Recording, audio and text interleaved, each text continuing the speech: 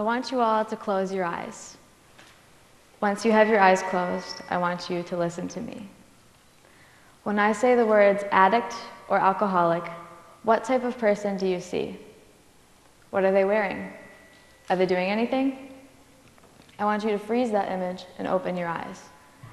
So, up here on my PowerPoint, I have two pictures. The one on the left depicts the stereotypical addict, while the one on the right depicts the stereotypical alcoholic.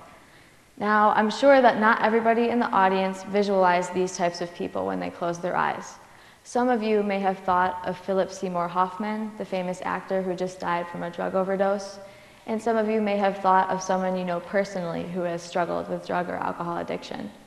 But a majority of people in society visualize these kinds of people when they think of addicts or alcoholics. Someone bummy, trashy, tattooed, so on and so forth. Sure, there are a lot of addicts and alcoholics who look like this, but there are also a lot who don't. As an example, I want you to take a look at me. I am a person in recovery from addiction, and I celebrated 7 months clean and sober on March 2nd.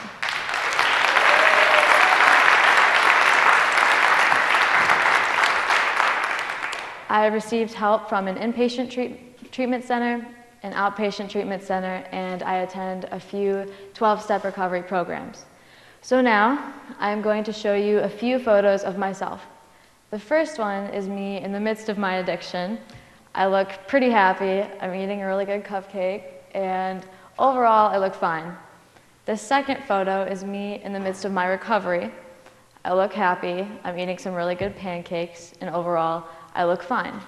So, when you flip between these two photos, you will see that I look almost exactly the same. And that is why these pictures are bad. Young adults who struggle with addiction aren't often taken as seriously because they don't have the physical characteristics that show the drastic effects of their problem yet.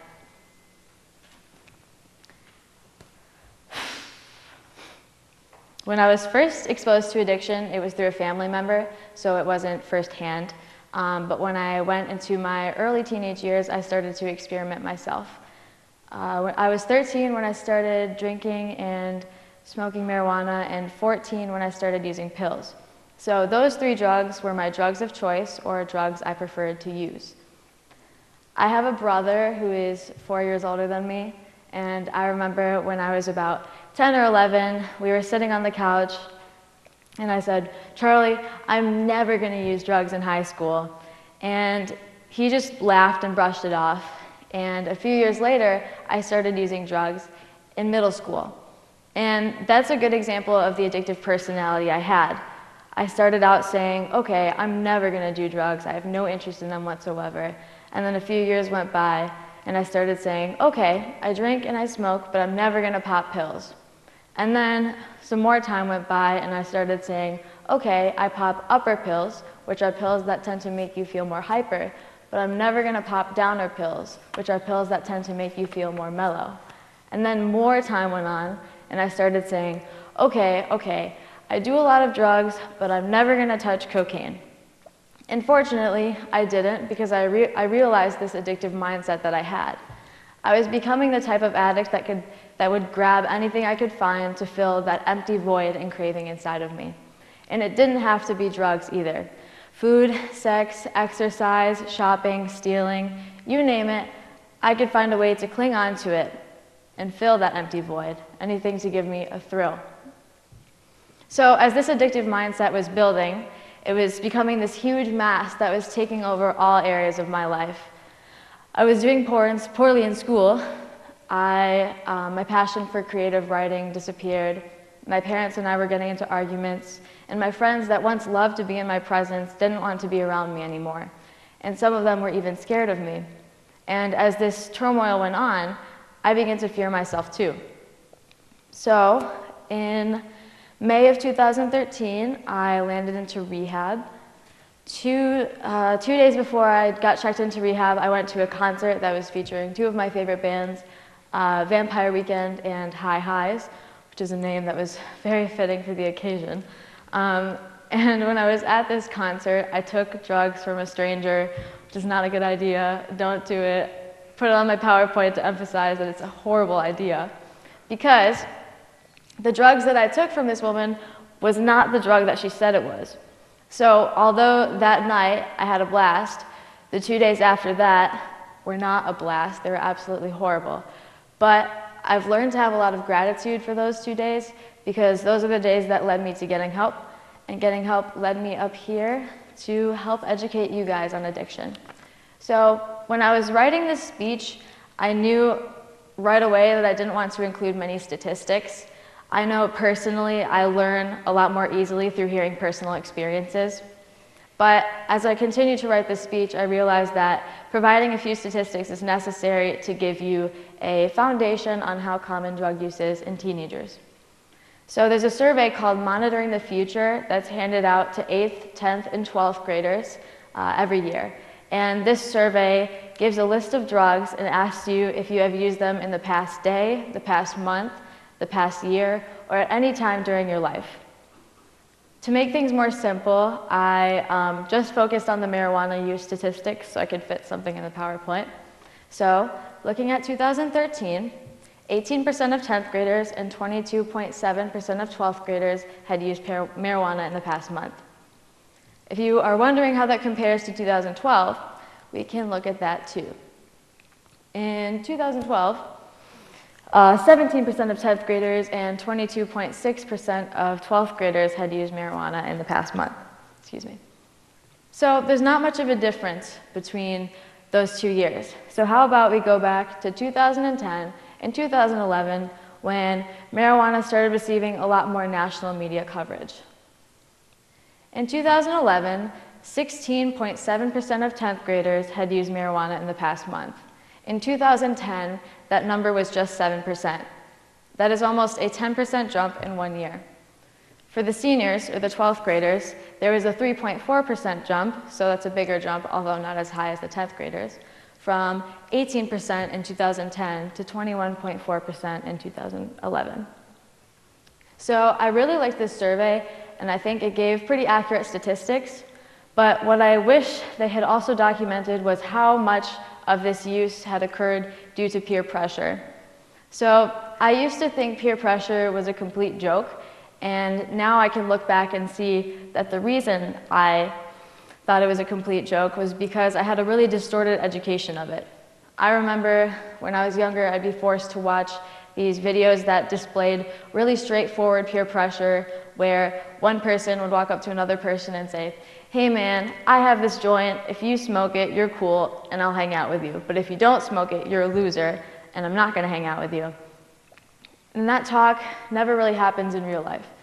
I've seen that peer pressure is a lot more internal, coming from someone's own insecurities about fitting in, and often it is so unnoticeable and so hard to catch that a lot of kids don't think they've experienced it themselves.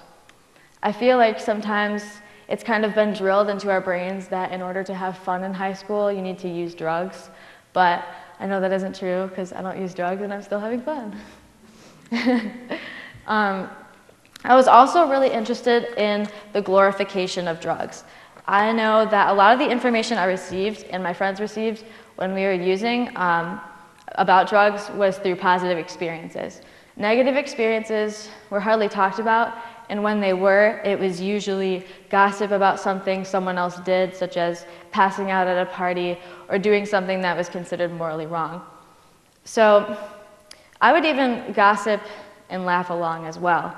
And not once did I think of going up to that person and asking them, how scared they were, because those situations can be really scary. And not once did I think of going up to them and asking them what really happened, because if everybody who saw the situation was also intoxicated, then chances are the story that's going around isn't as accurate as people say it is. And I also never went up to ask them if they needed any support, because the shame and embarrassment of something like that is really hard to go through alone. And I feel like if I had been more open-minded to talking to those people, it would have helped me out a lot. So a personal experience that I've had with glorification was on social media. I recently deleted some of my social media because I realized It was a negative atmosphere for me at this time. I feel like it's really hard for me and for a lot of other people to grasp how important it is to not share personal information on the internet. A lot of the time, you feel like nobody's watching when really the internet is a very large and open space where a lot of people are watching. So some of the websites I deleted were Facebook and Ask.fm. Ask.fm is a website where your friends or anyone can ask you questions. Those questions can be asked publicly, where your name will be shown next to the questions, or they can be asked anonymously, so you can't see who asked the question. So last year, when I was still using, I received a question that asked how much Adderall I was taking at that time. And I was not prescribed Adderall. And Adderall was the kind of drug for me where I would always challenge myself and push the boundaries and see how much more I could take and how much more I could handle. So obviously it was a really bad drug for me. And so at that time I answered openly, honestly, for everybody to see. And they replied back to me and they said, "Wow, you're an Adderall queen." And I get really embarrassed. I hardly ever tell that story because it's really embarrassing for me. But I've realized how important it is to tell that story because this person was impressed with how much Adderall I was taking. Therefore, they were indirectly glorifying me ruining my body. And it was taking a toll on my body, and my parents were the first ones to see that since they see me the most. So even though I love food, and I eat food all the time, I was about 13 pounds under my natural body weight. My skin was also a lot paler. And I wasn't even the first one to notice this, or at least I was in denial about it. My dad was actually the first one to mention it while we were discussing sending me to a rehabilitation center. An addict who is in the midst of their addiction can be pretty self-centered and either not be aware of other people's emotions and how they're affecting them, or not care about it. And that's the kind of space that I was in during that time. So when my dad said that, it was kind of the first wake-up call and breakthrough of seeing how it was affecting them. And I realized how scared they were because their daughter was changing physically and mentally right in front of their eyes, and they didn't really know what to do about it. So I compare my relationship with my parents to a roller coaster, as many people do during this time. I remember when I was six or seven, my whole family went down to Florida, and we were staying there for a week, and there was one day where we went to this amusement park. My mom had split up with my brother, and I split up with my dad to explore the park, and I came across this roller coaster that I really enjoyed. I was obsessed with it. And during that day, we rode it 11 times. So I'd take him on the roller coaster, my dad, and we'd ride it, get off, take a deep breath, and then I'd grab his arm and say, "Okay, we're doing it again," and get back on the roller coaster. And I remember going to the hotel later that night and going up to my mom and puffing up my chest, and I was so proud that I had rode the roller coaster 11 times that day. And that's a really good story to compare to my relationship with my parents, because I was taking them on this emotional roller coaster ride over and over and over again.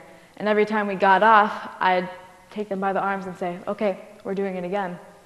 And so obviously it was a really rough time for all of us.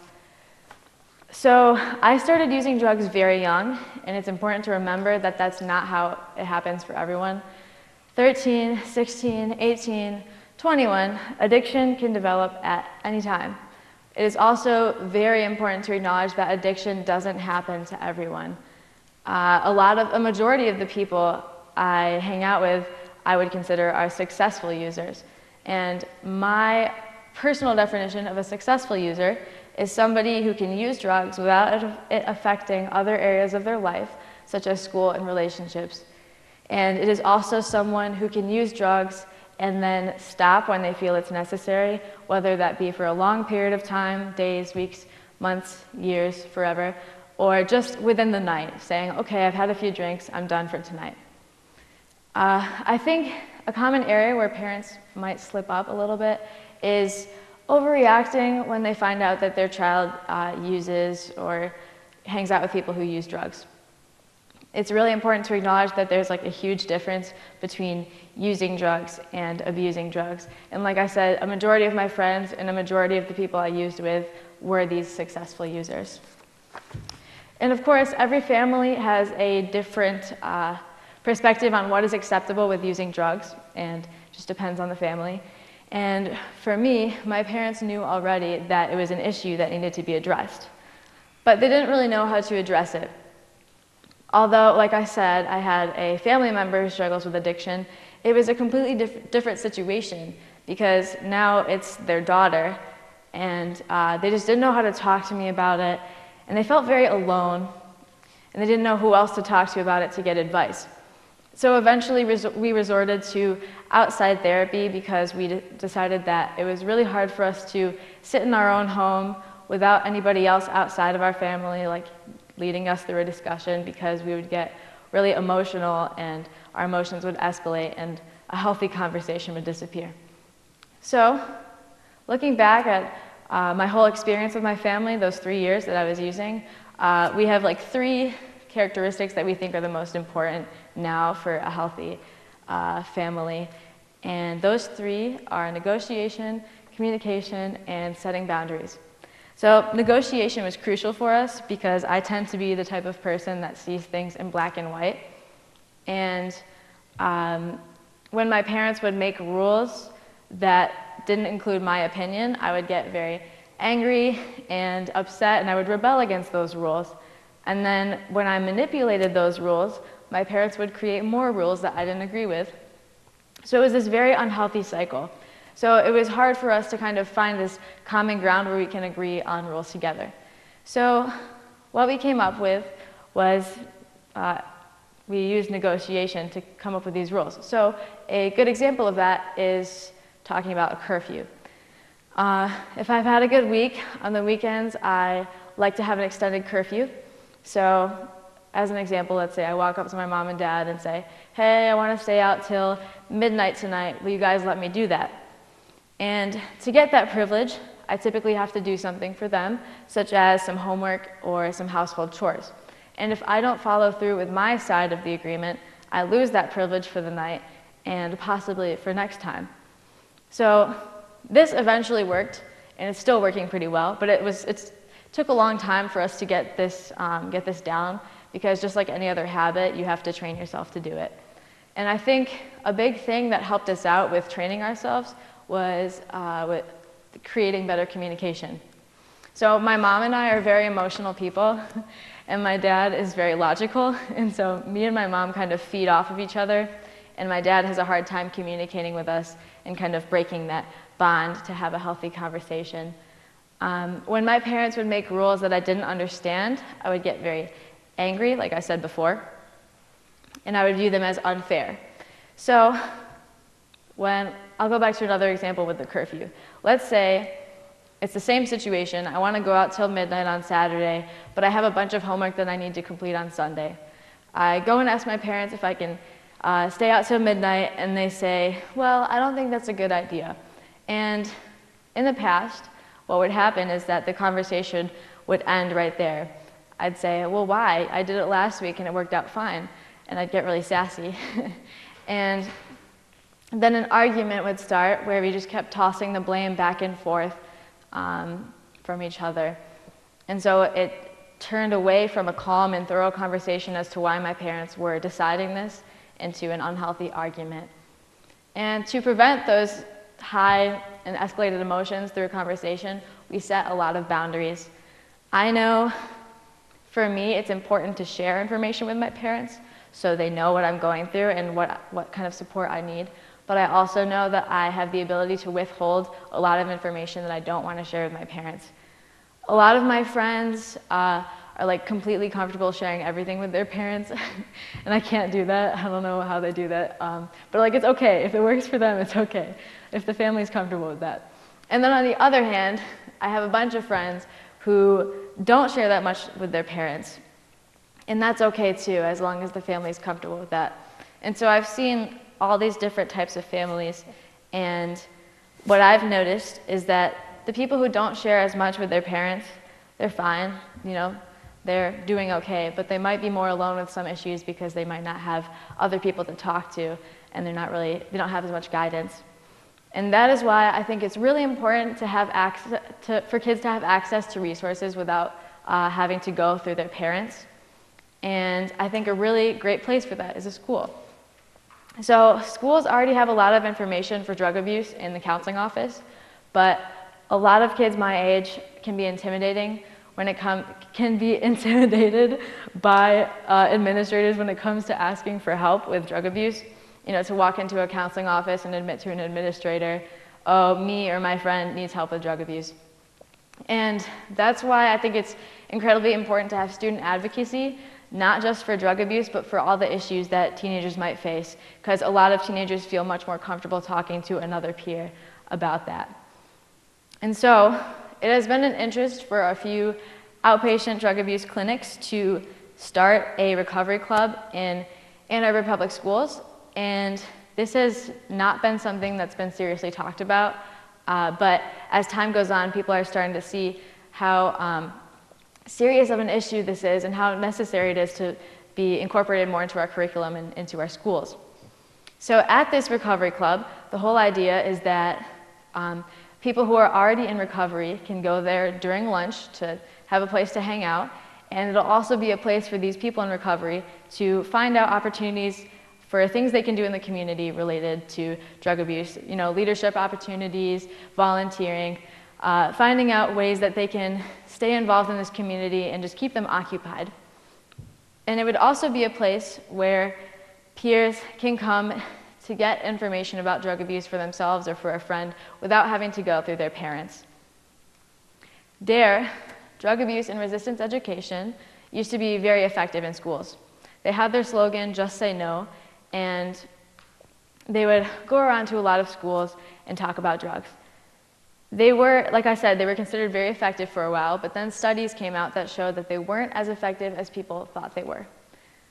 Throwing out statistics in a classroom for 30 minutes can help educate you, but it doesn't stick to a child's mind. Like I said in the beginning of my speech, I learn a lot better through personal experiences, and the reason for that is because I can, you know, relate it to myself. I can say, okay, how does this relate to me? How does this connect to me? And it's hard to do that with statistics. Also, they have the whole scare tactic approach where I've been through this before, like where somebody shows you photos and videos of people who have used drugs, and they show before and after photos of like some beautiful woman before she was using drugs, and then she's like physically like messed up afterwards. And it can be powerful, but most of those people in those photos and videos are adults, and so it's really hard for kids to relate to that. So now that we've realized that these types of education aren't working, we don't really know where to go forward from here. And so what I say is that we should create more health class requirements for late middle schoolers and early high schoolers. And I know a lot of people wouldn't agree with me on that, especially the kids who'd have to take those classes, but I think it's really important to mention that I haven't had a health class since 5th grade, and partially that's kind of my fault because I didn't sign up for one, because I go to a high school where we have really flexible schedules and we can choose when to take our required classes throughout each grade. So most people choose to take it senior year, because choose to take their health class senior year because it's a required class, and so they don't get that information that might be necessary earlier on in high school. And I have to mention, I'm not saying that having a health class in 8th or 9th grade would have prevented me from becoming an addict or prevented me from using drugs, because that's a false statement. That's not true.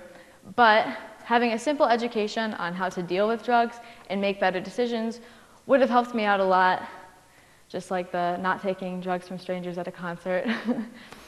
And another first step is to just raise awareness, because like I said before, this issue is becoming more and more prevalent in society every day, and people are starting to realize that it's not good to shy away from this topic and not talk about it, because it can be a little uncomfortable, and it's something we really need to just step forward and like face the issue head on and really start educating kids in a better way. So I know I've been doing a bunch of talking, So I'm just going to close with a poem. I hope I've given you a lot to reflect on today. So I also do poetry and short stories. It's another big area in my life. And the reason I like it so much, especially in recovery, is because it's a really easy way to track my progress.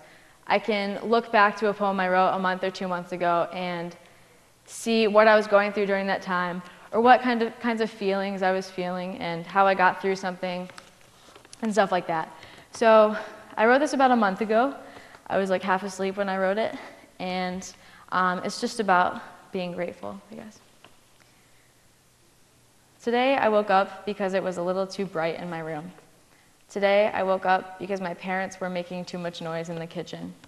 Today I woke up out of a dream where I was millions of dollars in debt because I thought it was a good idea to buy the whole state of Texas, and I was so miserable because I couldn't buy my ferret the sweater I saw on eBay. Today I woke up annoyed because I don't even have a ferret, and I've always wanted one. Instead, I have a cat who pooped on my floor this morning, and I have to get out of bed to clean it up. Today I woke up in the kind of mood where you just want to eat ice cream with sprinkles for breakfast and stomp around the house the whole day and not speak. But I had to remind myself that today I have to move forward and make progress. I had to remind myself that today is still wonderful. Today I woke up without a head-pounding hangover. Today I woke up in my bed and not on the floor. Today I woke up in warm pajamas and not the clothing from last night. I'll let go of anything bad that happens today, because the only thing I need to hold on to is my gratitude that today, on this too bright, too loud, too frustrating Sunday morning, I woke up. Thank you.